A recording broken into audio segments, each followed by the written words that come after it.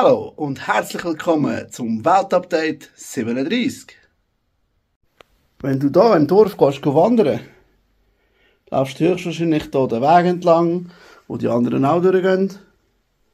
Dann gehst du hier in die Höhle rein und kommst auf dieser Seite wieder raus und laufst dann hier den Weg führen.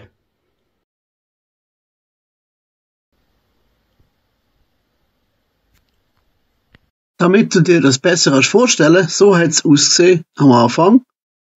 Dann haben wir alles weggeräumt, dann die Platte hingestellt und dann, bis es fertig ist. Also vorher und nachher. Ich zeige euch mal von hinten natürlich zuerst. Da hat es Haufen Duplo unten rum.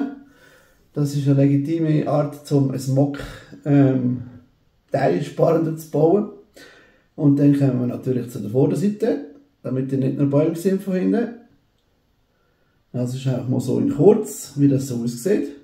Ihr habt euch vielleicht gefragt, warum da eine Brücke im Wasser steht. Ganz einfach, die kommt dann da und wird dann da auf die nächste Platte gehen, die noch nicht existiert. Darum einfach, dass ihr wisst, wie das da weitergehen wird.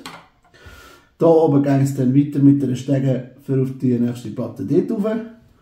Gegen hier vorne geht es dann Richtung von unserer Brücke.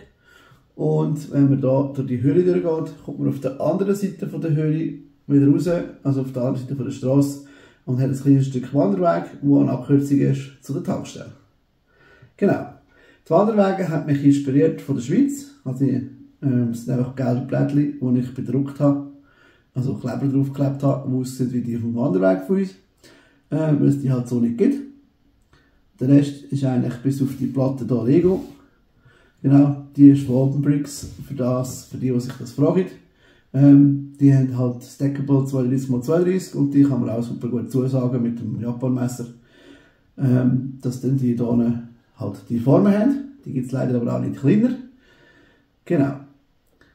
Dann, unsere Bäume haben schwarze Teile drin. Das hat folgenden Grund, weil die einen Teile gibt es nur in schwarz oder in einer Farbe, die nicht braun ist auf jeden Fall.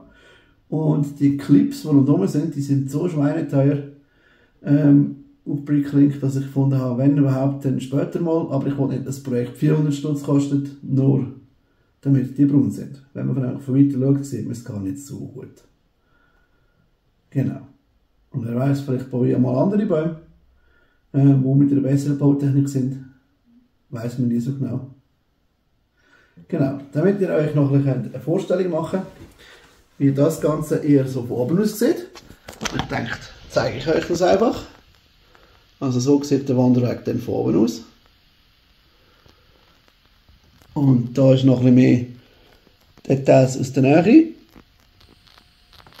Ich weiß nicht, wie gut man es sieht, aber ja, ganz stolz bin ich auf die Gebüste und natürlich auf die ganze Platte selber.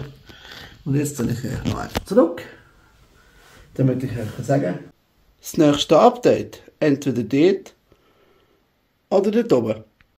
Oder vielleicht willst du auch die ganze Stadt wieder einmal sehen, dann mache ich vielleicht einfach das.